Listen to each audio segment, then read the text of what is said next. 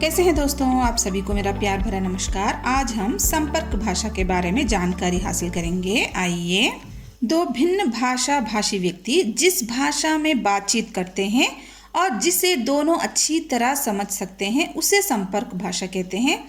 जैसे उदाहरण तौर के पर हम देखें तो एक बंगला जानने वाला एक व्यक्ति है, एक मराठी जानने वाला एक व्यक्ति है, लेकिन बांग्ला जानने वाले व्यक्ति को मराठी नहीं आती, मराठी जानने वाले व्यक्ति को बांग्ला नहीं आती, तो दोनों मिलकर हिंदी में बातचीत कर रहे हैं क्योंकि दोनों को हिंदी समझ में आती है, तो हिंदी वहाँ पर संपर्क भाषा हो गई। तो उसे संपर्क भाषा शब्द का प्रयोग अंग्रेजी में लिंगुआ फ्रांका के अर्थ में किया जाता है। लिंगुआ फ्रांका से तात्पर्य है लोक बोली या सामान्य बोली। संपर्क भाषा को लिंक लैंग्वेज, सेतु भाषा, व्यापार भाषा, सामान्य भाषा या वाहन भाषा के नाम से भी जाना जाता है। जैसे कि हम संपर्क भाषा की परिभाषा जानेंगे तो इस तरह होगा। एक भाषा भाषी जिस भाषा के माध्यम से किसी दूसरी भाषा के बोलने वालों के साथ संपर्क स्थापित कर सके उसे संपर्क भाषा या जन भाषा कहते हैं। डॉक्टर दंगल जांटे के अनुसार उनकी अगर परिभाषा देखें तो अनेक भाषाओं की उपस्थिति के कारण जिस सुविधाजनक विशिष्ट भाषा के माध्यम से व्यक्ति राज्य केंद्र तथा देश विदेश के बीच संपर्क स्थापित किया जाता है उसे संपर्क भाषा की संज्ञा दी जाती है। संपर्क भाषा वह भाषा होती है जो किसी क्षेत्र, प्रदेश या देश के ऐसे लोगों के बीच पारस्परिक विचार विनिमय के माध्यम का काम करे जो एक दूसरे की भाषा नहीं जानते। दूसरे शब्दों में विभिन्न भाषा भाषी वर्गों के बीच संप्रेषण यानी कि कम्युनिकेशन के लिए जिस भाषा का प्रयोग किया जाता है वह संपर्क भाषा कहलाती है। बहुभाषा भाषी देशों के लिए संपर्क भाषा की आवश्यकता ज़्यादा होती है, उसका विशेष महत्व होता है। राष्ट्रीय एकता और अखंडता के लिहाज से आपसी संबंध बनाए रखने और भावात्मक रूप में जुड़े रहने के लिए संपर्क भाषा जरूरी होता है। संपर्क भाषा का महत्व।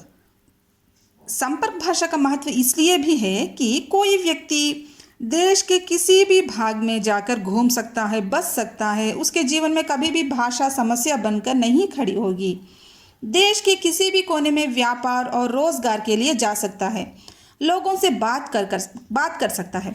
दो भिन्न भाषा भाषी राज्यों के लोग तब तक एक दूसरे से संपर्क नहीं कर सकते जब तक कि उनके बीच एक भाषाई माध्यम उपलब्ध न हो। कहना ना होगा कि यह माध्यम संपर्क भाषा के द्वारा ही उपलब्ध हो सकता है।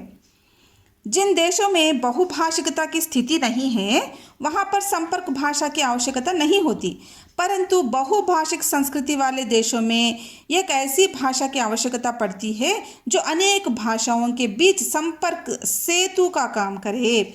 ऐसी भाषा जो व्यापक स्तर पर प्रचलित हो, जिसे अधिक से अधिक लोग समझे और बोलते। जैसे पूर्व सोवियत संघ जहाँ लगभग 60 भाषाएं बोली जाती थी, परंतु संपर्क भाषा रूसी ही थी।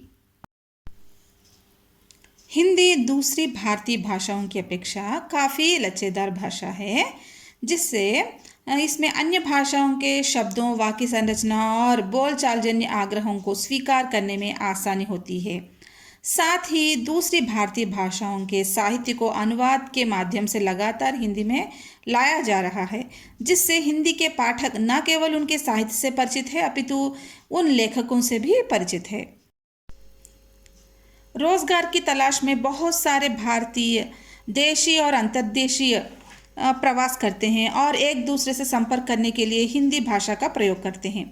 विदेशों में प्रवासी भारतीय अपने कामकाज तो अंग्रेजी या वहाँ की भाषा में करते हैं, परंतु जब वे अपनी सांस्कृतिक परिवेश में आते हैं तो संपर्क भाषा के रूप में हिंदी का प्रयोग करते हैं। एशिया देशों के अलावा मॉरिशस, सूरीनाम, फिजी, ट्रिनिडैड जैसे कि बहुत सारे देशों में, दक्षिण अफ्रीका, बर्मा आदि के साथ यूरोप और अमेरिका में भी हिंदी समझने वाले लोग अधिक है। कहने का तात्पर्य यह है कि हिंदी का अंतर्राष्ट्रीय रूप भी विकसित हो रहा है।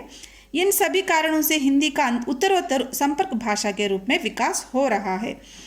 इस दृष्टि से हिंदी विभिन्न बोलियों और भाषाओं तथा अनेक वर्गों के बीच संपर्क भाषा की भूमिका निभा रही है। दूरदर्शन, फिल्म, रेडियो और टेलीविज़न जैसे संचार एवं मनोरंजन के साधनों ने हिंदी को संपर्क भाषा के रूप में स्थापित करने में महत्वपूर्ण भूमिका निभाई। हिंदी फिल्में इतनी लोकप्रिय हुई कि इसके दर्शक देश और विदेशों में भी पसंद की जाने लगी।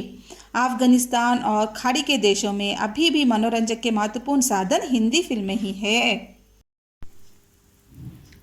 भारत में हिंदी बोलने और समझने वालों की संख्या काफ़ी अधिक है।